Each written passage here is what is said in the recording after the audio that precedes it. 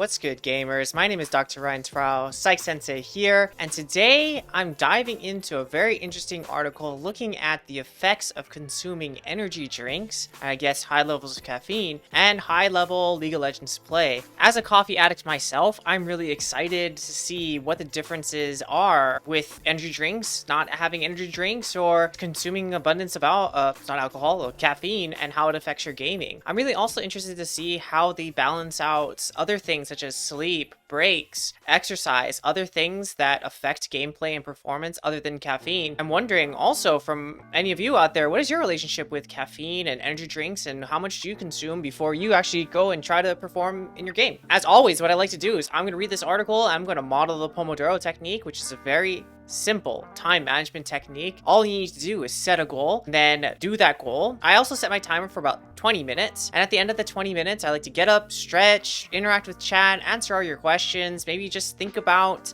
all the nuggets we are finding in the articles. And by the way, welcome to the Construct. I hope you guys enjoy your stay. If it's your first time, welcome. And if it's not your first time, welcome back. My favorite part is interacting with all of you, answering all your questions, following your rabbit holes, and really just helping you improve your game. Doesn't even have to be related to what I'm reading. Whatever. I just love catching up with all of you and seeing how you're doing, getting in little updates about you, your life, and how you're improving your games. How about we just jump back into this thing, shall we? This article is entitled "The Effects of Energy Drink Consumption on Cognitive and Physical Performance in Elite League of Legends Players." This was conducted by Thomas, Rothschild, Ernest, and Blaisdell in 2019. They looked at 9 elite League of Legends players. There were 21 years, between 19 and 23. They had a BMI of 25.6 plus or minus 3.4. Consumption of an energy drink, reload, or a placebo. So they made a randomized, double-blind, placebo-controlled crossover trial.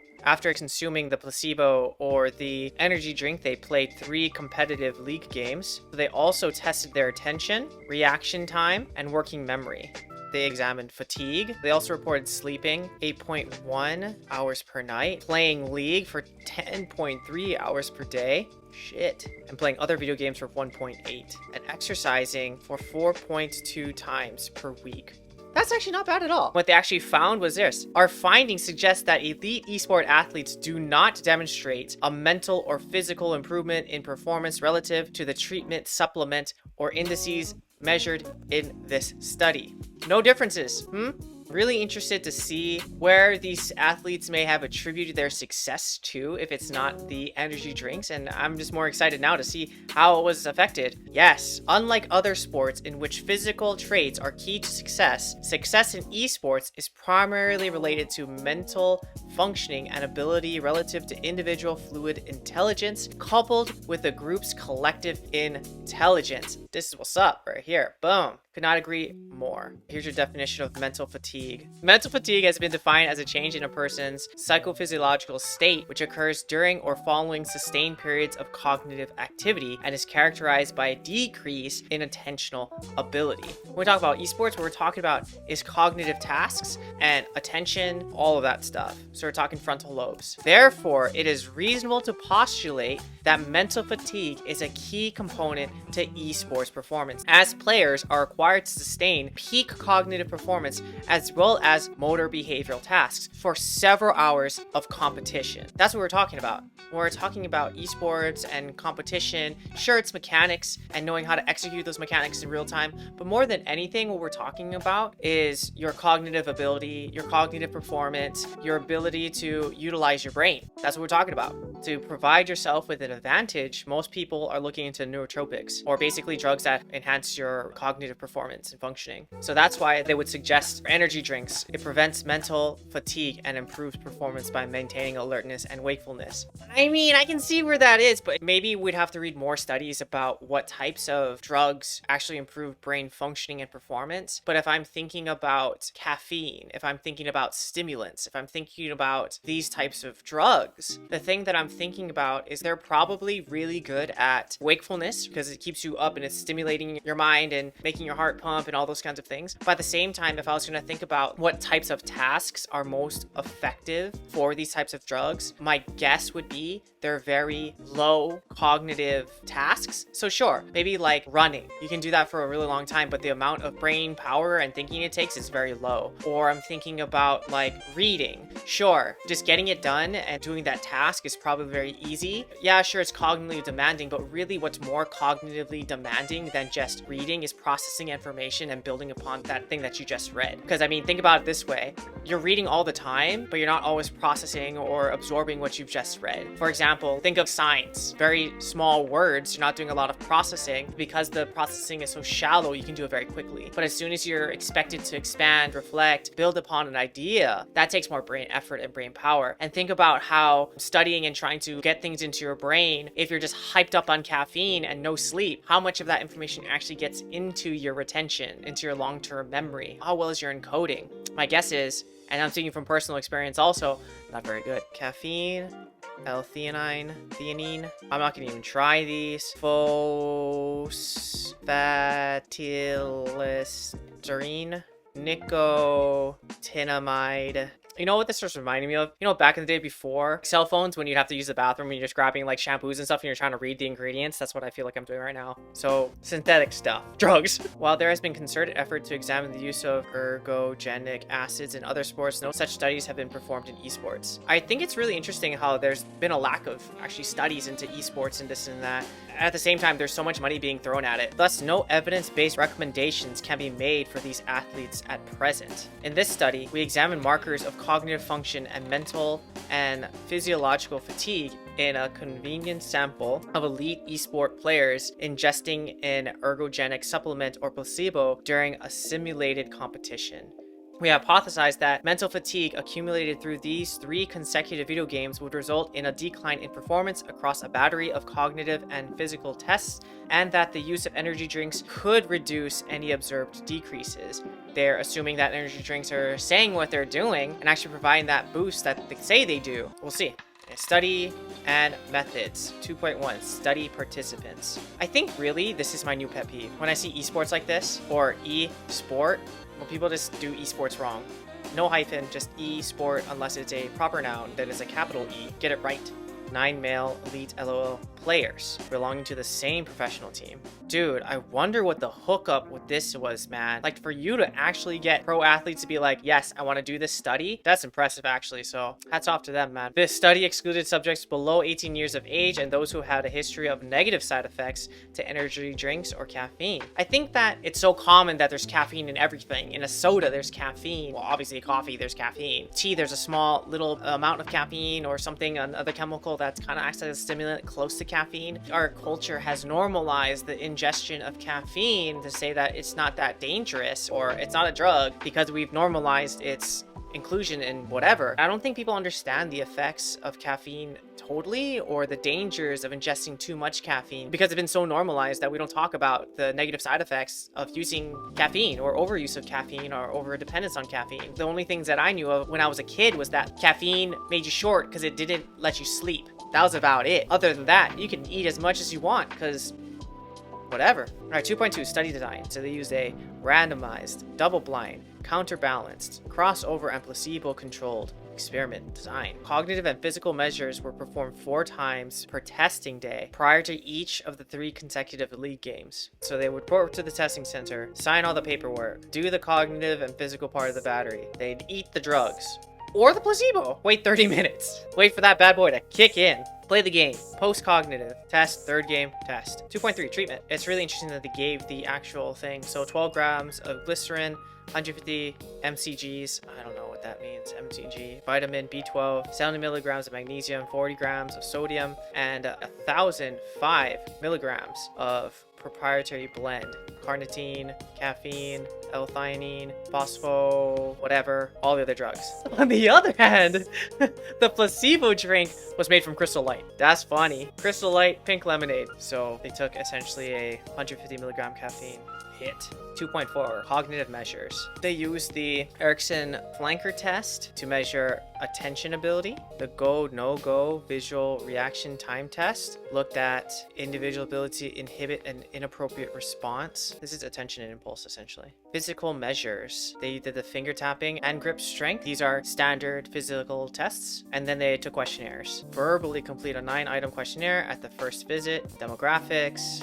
They assessed the negative side effects of caffeine or energy drink consumption and asked about gaming habits, life habits, diet, sleep. And then they used statistical analysis. Attention, reaction time, working memory. While secondary outcomes were measured of fatigue, they used repeat measures ANOVAs. Statistics. Yay. Really like the setup of this experiment. It's looking good. It's time for my break, so I'm gonna take a stretch break and let's talk a little bit about what we are seeing or maybe some hypotheses. What I really like about this thing so far is that they've set up a pretty good experiment. The research question is really, really nice. The metrics and stuff that they set up are pretty standard. The design looks pretty sweet. I think it's really, really interesting though, like just the perception that people have about energy drinks and not sleeping. So let's start there. So energy drinks in the place of sleep or cognitive fatigue. So they feel like they need to stay up to perform, or that I am mentally slowing down and I'm trying to actively find a way to keep my mental and physical up so I can continue to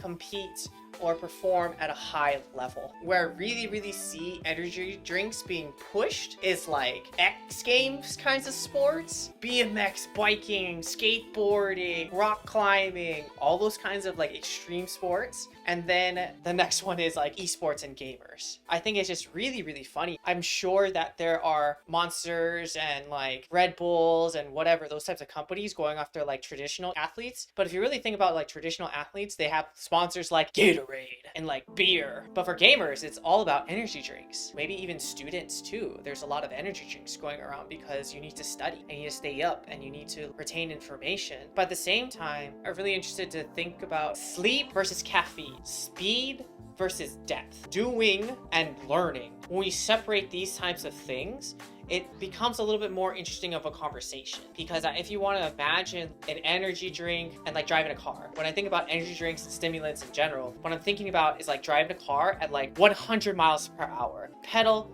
to the metal, and you're just going straight. Here's the thing, if you need to turn or you need to like swerve or you need to like do an awesome maneuver, it's not gonna happen because you're driving at 100 miles per hour just going. So as soon as you turn or tweak, your whole car goes boom, or you crash or you lose control or something. And if I'm going to equate that to studying or learning or doing, sure, if you are hopped up on stimulants, you're just going. Your mind is racing, you're maybe thinking about things quickly, but really if you think about the quality of those thoughts, I would say the quality and the depth of those thoughts are probably more shallow because you're just driving, you're going. And as soon as you see something in the road, you need to swerve, you need to make a change, you need to like do something, I would say the crash is like, well, one, crash, you're physically tired. And then two, think of mood. Your mood about how things are, or you may be irritated because it's not how you thought it was going to be, or it's taking longer. And so just your mood is going to be different. Versus if you got some sleep, God forbid, you rested, and then you were to restudy, you were to think about that thing, sure, it might go a little bit slower. But at the same time, if you need to change directions, or you need to turn, or you need to explore something else, you're more likely to do it without getting hurt. You're more likely to make that turn, to slow down and pivot, maneuver. If I'm thinking about like your mood, maybe you'd be irritated because you're not going where you want to go as quickly as you can. But if I'm thinking about like the depth of knowledge that you can have, or the depth of thought that you could have, or the connections you could make because you're going at a slower pace, it'd probably be better. If I'm going to extend this further to esports, I mean, esports is all about learning, self-regulation, all those kinds of things. However, as soon as you don't have enough rest, you don't have enough sleep, you can kiss that stuff goodbye. It's not gonna happen. So that's the end of my 5-minute rant. Back in it. They only had like 9 to like 8 participants, so it makes sense of why this thing would be so small. They had a small effect size. Results. This is what we came for. The highest level of education obtained by all except 2 participants was high school graduate. That makes sense. I mean, they're 19 to 23, high school graduate. And if you're going to go pro in esports, they probably got picked up really, really young. So it makes sense. One participant had some high school, no diploma, and another had some college credit, no degree. They're pro athletes at this point. Makes sense. They went pro. Average values for sleep reported was 8.1 plus or minus 1.2 hours a night. So they're getting on average 7 to 9 hours of sleep. And if a pro is getting 7 to 9 hours of sleep and they're pro gaming, do you think all players should get at least, I don't know, 8.1 hours of sleep plus or minus 1.2? Here's another interesting fact. They spent playing and probably training and stuff like that 10.3 hours plus or minus 2.1. So 8 to 12 hours a day they're playing video games. League of Legends more specifically. Other games, they played 1.8 plus or minus 2.8. Dude, that's like 3 hours to less than an hour of other games. So really, this is a full-time thing for them. Exercise frequency was 4.2 plus or minus 1.7 days per week. These people are also working out. They're moving. They're not just sitting around playing video games. They're moving their bodies. They're working out. They're getting their sleep in. So they're covering their foundations of Maslow's hierarchy of needs. And these are pros, mind you. These are pros. Only 4 of the participants felt that they consumed a healthy diet. Oh, maybe the team is already sponsored by Reload because they already found they regularly consumed Reload prior to practices and competition. Here's the thing too. This could be an example of state-dependent learning. And what state-dependent learning is, I mean, the best example I can give is beer pong. Like beer pong, very simply, it's a game where 2 people stand on opposite sides of a table. There's a triangle of cups, and the goal is to shoot a ping pong ball into a red Dixie cup. The team that clears all their cups wins. That's the object. You want to make all the cups with your ping pong ball. And why this is an excellent example of state-dependent learning is because oftentimes when you play beer pong, you're drinking beer. You're probably inebriated a little bit. So you practice drunk, or you practice tipsy, or practice not sober. If you've ever tried to play beer pong sober, it's so hard. And the reason why it's hard is because you've only learned this game drunk, or messed up, or slightly inebriated. So you've learned how to do this thing and compensate for yourself into the state. So when you do it in another state, it's harder to do. Why I'm bringing state-dependent learning up is perhaps because these players are consuming Reload prior to practices and competition. Perhaps they're already predisposed to playing and learning and competing in a highly caffeinated state of mind, or highly taurine proprietary concoction, or whatever the recipe of whatever they're drinking. So maybe they are used to competing and training in this state of mind, so that's why they do better. I'm not quite sure, but I do think that if this is already part of their routine, that there is probably some state-dependent learning inherently inside of their performance. An improvement was seen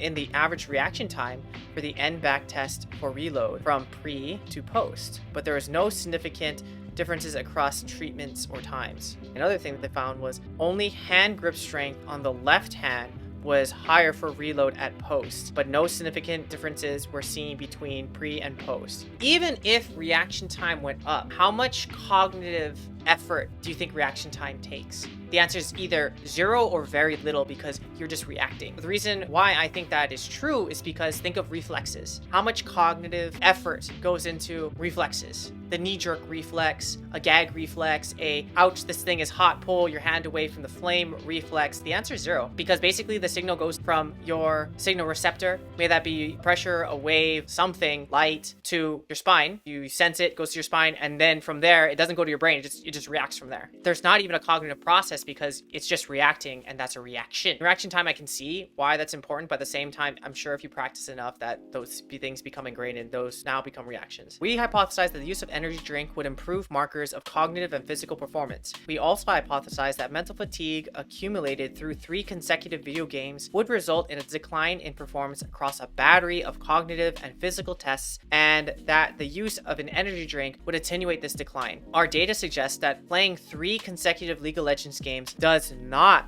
result in accumulation of mental fatigue, and the consumption of an energy drink did not improve measure performance parameters. Therefore, we reject our research hypothesis. It's even more interesting that playing 3 consecutive League of Legends does not result in an accumulation of mental fatigue. Like, to me, I think that's more surprising than the actual consumption of an energy drink and it preventing people from becoming mentally fatigued. I would like to instead have more studies on this part, the playing of games and the taxation on your brain. I would love to see a study that looks at that. People reported playing on average more than 12 hours of video games daily, so maybe they think that 3 games isn't enough to cause them mental fatigue. And I can kind of see that because maybe already they have a higher cognitive resilience when it comes to performing mental video game tasks. They've just been training. That could be it. Makes sense. They also hypothesized that the study participants competed compete at an elite level and may be uniquely resistant to mental fatigue accumulation compared with recreational players. I mean, they're professionals. That makes sense too, that they're training and practicing, sitting down and using their brains for a really long time. I can see that. Or they're saying that we chose the wrong tests. They did not assess habitual caffeine intake, so as possible participants may have been habituated to caffeine prior to initiating the study, which basically habituating is like how used to are you to caffeine or the state or whatever. Habituation goes along with state dependent learning. They're also saying it could have been a low dose of caffeine in the energy drink. Makes sense, especially if they're already consuming a bunch of caffeine, that amount of caffeine did not affect them because they're tolerant to it. Several studies that looked in the combination of caffeine and theanine on mood and cognition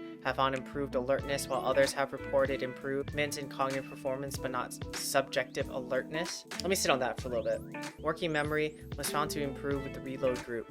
This is in accordance with previous work that has found improvements in working memory in healthy young volunteers who consumed an energy drink. Also, they're stating the stakes were probably lower in this too. I'm gonna highlight this in red. Our data indicated that elite League of Legends athletes make sleep and practicing League of Legends a priority. This is significantly higher than the 5.28 hours spent training daily found in sampling of esport athletes from multiple games. Furthermore, an exercise frequency of 4.2 times weekly exceeds the average American. If elite esport athletes, so pro esport athletes, are prioritizing sleeping and exercising, so they're sleeping like 8 to 10 hours a day, at least 7, and they're exercising at least 4.2 times per week, I think that's saying something about what is required to be at that level. And if the pros are prioritizing it this way, how come collegiate, amateur, or even people that are trying to get into the scene or get better, how come we aren't doing those same things? Why aren't we prioritizing our sleep? Why aren't we prioritizing our exercise? Why aren't we prioritizing those things that we need to do to actually help us get better? What they did find is that working memory, grip strength was in there,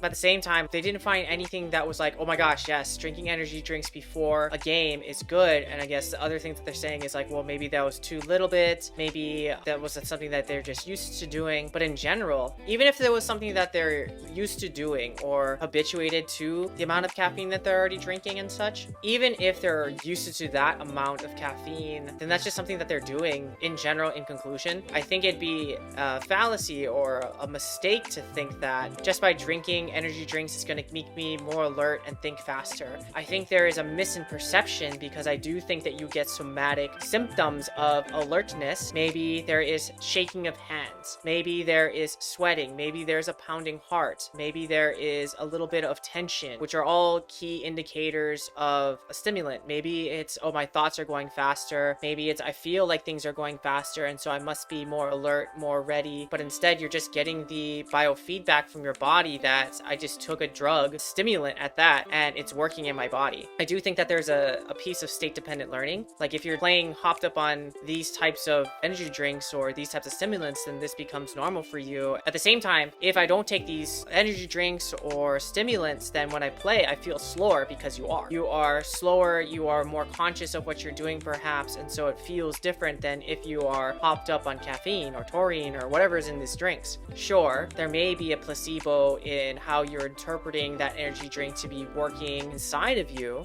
and at the same time, let's be real, you're taking a drug, you're taking a mind altering substance, caffeine or taurine or whatever. So there is probably a boost or change in cognitive function. The question though then becomes, how much quote improvement is there in performance due to your actual execution of your abilities versus how much are you learning while you're executing? Maybe the question is more, what are you taking the energy drink for? I think that's a question maybe we have to be thinking about. If you're, oh, I'm taking this energy drink because I didn't get any sleep last night and I have this big tournament coming up and I really need to stay awake and try to perform and do my best, then are you depending on the energy drink to pull you through, or are you using it as a crutch? Because honestly, I think what would be better than an energy drink to try to be up and try to perform would be sleep. Get some rest. Make sure that you have enough rest so you encode that information and provide your brain with some space to actually put information in there and encode and chunk that information so you can replicate that skill or whatever later on. I think that's so much more valuable than just trying to get through it and and improve my working memory and then try to perform that way. In general, I think that was super interesting. I think that was super useful. I really like what they highlighted about consuming energy drinks and the effects that energy drinks can have on you. I think it's important to always consider what you're putting inside of your body, and even more so, why are you putting that thing inside of your body and what you're trying to get out of it. If you're just trying to do it because you're tired and you want to try to stay up, my suggestion is, sure, drink an energy drink, boo-boo, but at the same time, maybe a better technique that we can work on is finding time for you to sleep and scheduling yourself and commanding your own sets of time so you can rest and put some cognitive energy back inside of you so you can actually learn and pick up skills that you can replicate in real time and be consistent in those things. Another thing is maybe you're drinking it because you want to be like everybody else. Fair. But at the same time, if that's true, just understand that you're not taking your energy drink to improve. And lastly, if you are drinking your energy drink because you think that this is the thing that is going to help me perform because it makes me feel like I'm going fast, I think this article provides you with enough data to say that your feeling may not be based in science.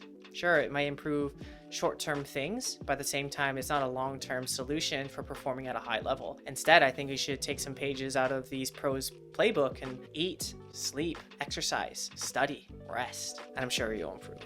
I think that was a super exciting and awesome article. I enjoyed it. I hope all of you got a little bit of nuggets out of there. Maybe you got to put down your energy drink, or maybe you threw it at the screen because you are not ready to give that thing up. I'm glad that we got to have a small little dialogue. As always, my name is Dr. Ryan Terrell, your PsychSensei, teaching you how to think, play, and slay. One article, one day, one energy drink sip at a time. But until I see you next time, stay cool, baby. Be safe. Peace. Bye.